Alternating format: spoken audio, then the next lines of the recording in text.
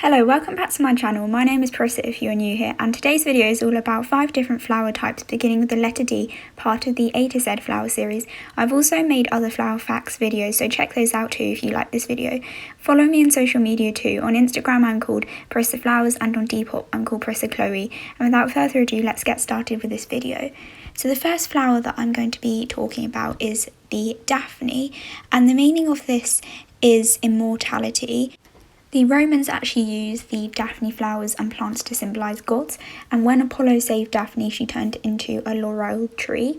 So the colours that a Daphne comes in is bright pink, purple, yellow, white, and even a greenish yellow, and it blooms in the springtime. In Chinese, Middle Eastern traditional medicine, the Daphne is actually used, and it can also be used to treat high blood pressure, inflammation, rheumatism, malaria, anti-inflammatory, and it allows homeostasis.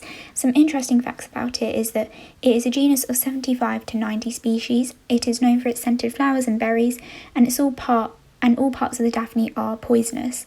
It is a shrub, so it is low-hanging and its branches will be long enough to touch the soil. So how do you grow the Daphne? Well, you should plant it on humus-rich soil that is well drained. It will grow best when it's spring grown. Neutral to slightly acidic soil is best for most species. You can plant the Daphne in pot and make sure the roots are at the bottom. You need to protect it during cold weather as using mulch, and you should water regularly because you don't want them to drought, and you must handle them with care because sap can irritate the skin. Daphnes can be grown from seed, but it's easier to grow it using semi-ripe cuttings, and they are known to be difficult to grow. Now I'm going to be talking about the Daylily, and the meaning of this is motherhood. The colours that it comes in is gold, yellow, white, red to purple, and its blooming time is only for a short time and it's in early spring. Some interesting facts about the Daylily is that it's also known as hemerocallis.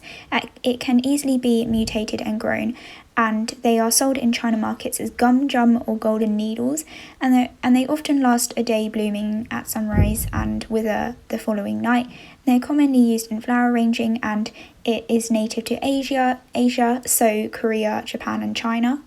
So in terms of medicine use, daylilies are edible and you can have them as a garden snack or chop them up. You can add them to soups, and it's best when they are dried in soups, and it is best to cook wild daylilies as some forms can cause gastrointestinal distress, and they're a good source of protein, carbs and fat, calcium, potassium and vitamin C. So this is definitely something that I really want to try. And how do you grow daylilies? Well, they're grown in well-drained, fertile soil. You should use garden compost and retainers to improve the soil structure. Bare root lilies are sold in packets at garden centres, so try to get ones where you can see the bud or small shoots, and you should use peat-free multi-purpose compost and water regularly and plant them rather than in the ground. The third flower that I'm going to be talking about is the daisy, and the meaning of this is childhood, birth, new beginnings, purity and innocence. The colours that this comes in is vibrant yellow, oranges, burgundy, reds, and the blooming time for this is spring and summer, and they bloom for 4 to 6 weeks. Some interesting facts about the daisy is that it's found everywhere in the world except Antarctica. They're in the family with the largest number of plants in the world, and for the medicine use of daisies, they can be used as a blood purifier, an astringent, which is a drying agent. They can be used to treat bronchitis, and also wild daisy tea for a cough. Daisies on their lawn can be eaten great, and they're great in syrups. They can be used in desserts and smoothies and salads. So how do you grow the daisies? Well, you should plant seeds about 1/8 of an inch deep and plant the seeds in early spring so that they grow, and make sure that they grow plenty of sun, and then they should germinate after 10 to 20 days. The next flower is my favourite flower from this letter D flower facts video, and it is the desert rose. The meaning is that it's meant to bring wealth, and that's known as figuihua, wealth plant in Chinese, and the colours that it comes in is white, red, pink and purple. The blooming time is often for a few weeks in spring and summer, and if you care for them really well, they can even last up to a year. Some interesting facts is that it's known as Adenium obesum, and Adenium obesum has been developed as hybrids with other species and ornamental cultivars, and long-lived succulent plant, and it's slow growing. So For its medicine use, in Arabian traditional medicine, it can be used to treat wounds, skin infections, swelling, paralysis.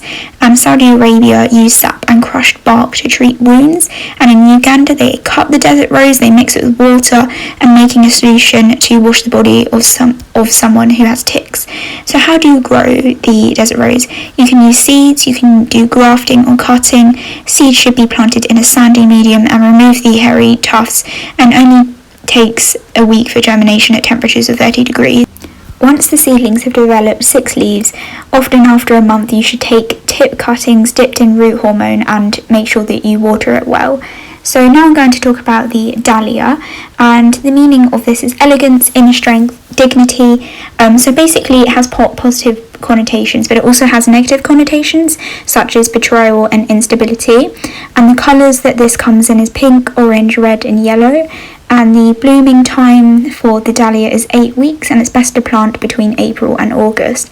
Some interesting facts about the Dahlia is that it is bushy, herbaceous perennial plants, and they are native to Mexico, and they are native to the Asteraceae family. So from May onwards you should plant the Dahlias in the ground. They are actually known to be easy to grow, and you should use peat-free multi-purpose compost if you're planting Dahlias in a pot.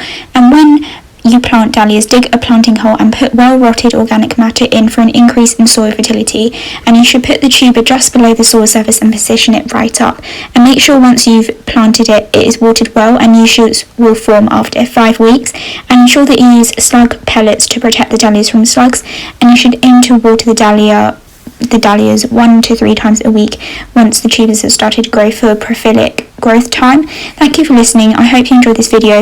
If you'd like to learn about other flower types, be sure to watch the other videos that I've made from the A to Z Flower Facts series, which are all ordered. Please comment, like and subscribe if you enjoyed this video, and I'll see you on my next Flower Facts video.